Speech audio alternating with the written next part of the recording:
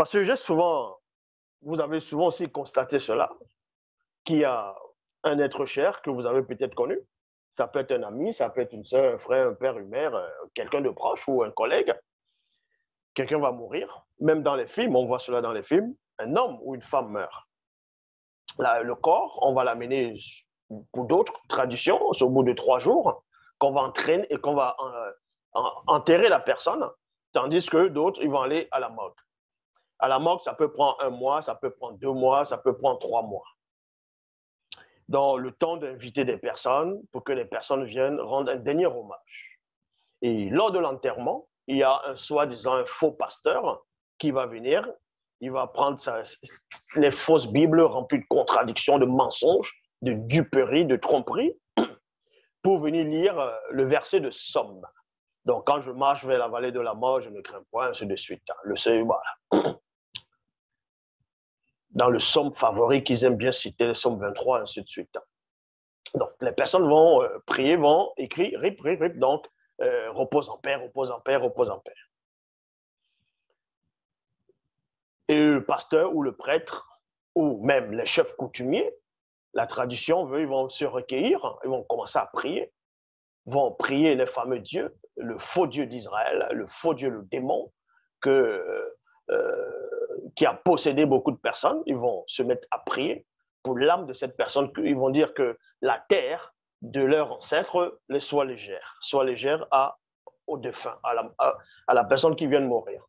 Et pourtant, la personne est morte peut-être il y a de cela, on va dire, 3 mois, 4 mois. On vient enterrer la personne et se mettre à prier Dieu. D'autres vont prier les ancêtres, d'autres vont faire les coutumes, ainsi de suite. Et pourtant, sans savoir que celui qui vient de mourir, il est allé où? Qu'est-ce qui se passe pendant la mort, pendant la rupture? Ça, il faut comprendre ces choses pour sortir de l'ignorance complètement. Il faut d'abord comprendre c'est quoi la mort. Est-ce que la mort, c'est une fin définitive ou tout simplement un déplacement? On va aller dans la phase 1. La phase 1, c'est dans Origine, chapitre 4, au verset 17 à 19. Il est dit ici, plus tard, virgule, lorsque Pongisset, c'est celui qu'on appelle dans les Bibles classiques, c'est la personne de Caïn. Mais son vrai nom, c'est Pongisset. Et c'était un noir. On vous dit ici, plus tard, lorsque Pongisset se trouva seul dans leur plantation avec Mundiwe. Mundiwe, c'est son jeune frère, ce qu'eux vont mettre dans les Bibles classiques, c'est la personne d'Abel. Il lui dit, sortons dehors et allons aux plantations. Lorsqu'il fut dans les plantations, Pongisset se jeta sur son frère Mundiwe, puis l'accabla de toutes ses forces. Il y a point ici. Il sortit un grand couteau, l'égorgea exactement comme Mundiwe avait égorgé le premier agneau pour le sacrifice. Il y a point. Dans les Bibles classiques, ils ont pris de cette histoire, ils ont changé, comme dans la coutume. Et là-bas, quand Caïn va tuer Abel, il y avait Adonai Jéhovah, Elohim, l'Éternel, le faux Dieu d'Israël, va dire à Caïn, qu'as-tu fait? Où est ton frère? En gros, j'entends la voix du sang de ton frère qui crie de la terre jusqu'à moi. On vous dit le sang et non l'esprit d'Abel et non l'âme d'Abel, mais le sang, la voix du sang de ton frère crie de la terre jusqu'à moi. Et on sait aussi que d'autres pourront aussi aller dans Lévitique, quand on dit le sang représente l'âme. Admettons que le sang soit une représentation symbolique de l'âme. Est-ce à dire que pendant la mort et après la mort, l'âme de la personne va rester dans le tombeau, va rester dans le lieu où la personne vient de mourir, parce que c'est ce que Yahvé croit, c'est ce que Yahvé a cru, c'est ce que votre Dieu, votre fameux Dieu croit. Parce que quand on tue Abel, quand Caïn vient à peine de tuer Abel, Dieu lui demande où est ton frère? Où est ton frère? En gros, il dit, il ne sait pas, tout ça, suis-je le gardien de mon frère? Donc, pendant la conversation, mais Dieu lui dit, mais qu'as-tu fait? J'entends la voix du sang de ton frère qui crie de la terre jusqu'à moi. C'est-à-dire que le sang qui a été versé, donc la personne est restée là. C'est comme si la personne devient errant et vagabond sur la terre. Vous voyez? Et c'est ça qui va inspirer beaucoup de personnes, des producteurs, où quelqu'un va mourir dans une maison. on va tuer quelqu'un dans une maison, donc les gens ne voudront pas, ont peur d'acheter cette maison parce qu'ils se disent que l'esprit ou l'âme de la personne morte, du défunt, va dans la maison pour hanter cette maison. Et c'est aussi la raison pour laquelle des personnes, y compris dans le monde entier, vont aller se recueillir à la tombe. Parce que le corps physique, donc l'avatar, l'extérieur, a été enterré dans un tombeau.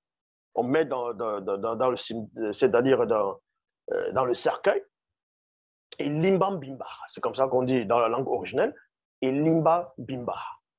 Donc, ça présente la boîte ou la caisse du mort, vous voyez, du défunt. C'est le cercueil.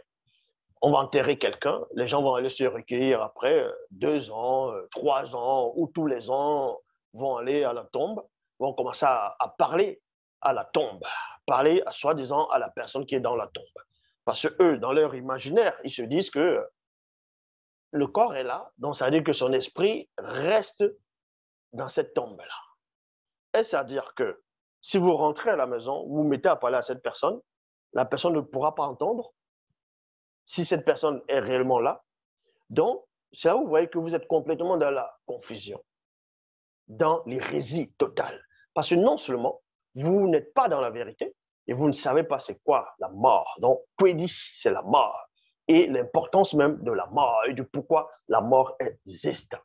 Mais néanmoins, quand ce qu'on appelle Caïn, donc dans les Bibles classiques, a tué son frère, Abel, Dieu dit qu'il entend la voix du sang de son frère qui crie de la terre. Donc, en gros, il crie quoi? Il crie vengeance. Il crie vengeance, il veut qu'on puisse le venger.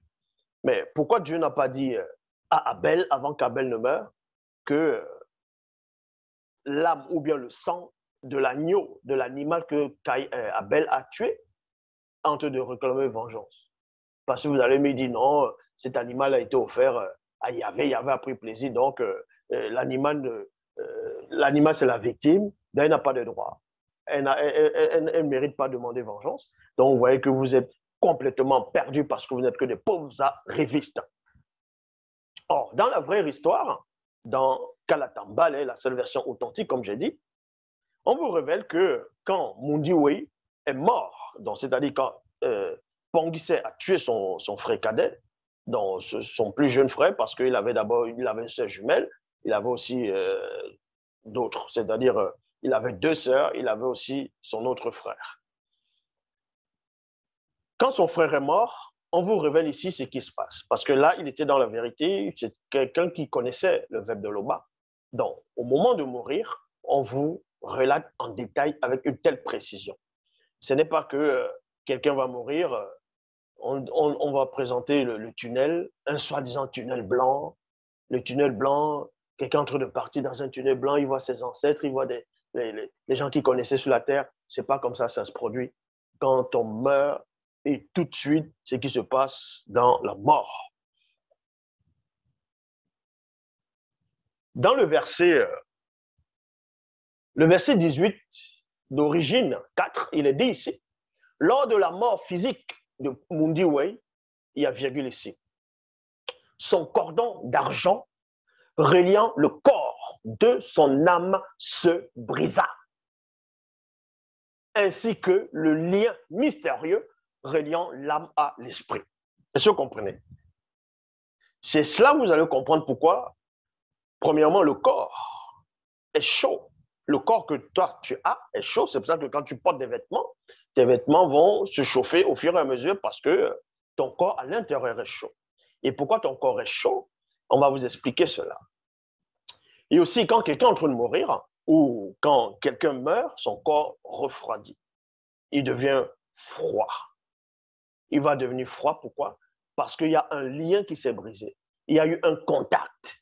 Il y a eu quelque chose qui s'est détaché, qui s'est rompu, qui faisait en sorte qu'il nourrissait le corps, pour que le corps non seulement puisse être en vie, l'être et le mouvement, et aussi pouvoir chauffer. Sans cela, on vous dit ici que pendant la mort, lors de la mort physique de Mundiwei, son cordon d'argent, dont on appelle ça le cordon argenté. Dans la mythologie grecque, on disait le fil de la vie. Donc, on voyait on va dire, sorte de trois muses dans la mythologie grecque qui détenaient le fil du destin. Il y avait le fil, donc l'autre va prendre le fil, va tirer le fil. Ça veut dire qu'elle contrôle ta destinée. Si elle s'arrête là, c'est que elle peut tirer le fil jusqu'à 10 ans. Ça s'arrête à 10, ça dit que quand tu auras 10 ans, tu vas mourir. Elle peut tirer jusqu'à là, donc au fur et à mesure, en fonction des mythologies. Mais la réalité, ce n'est pas ainsi.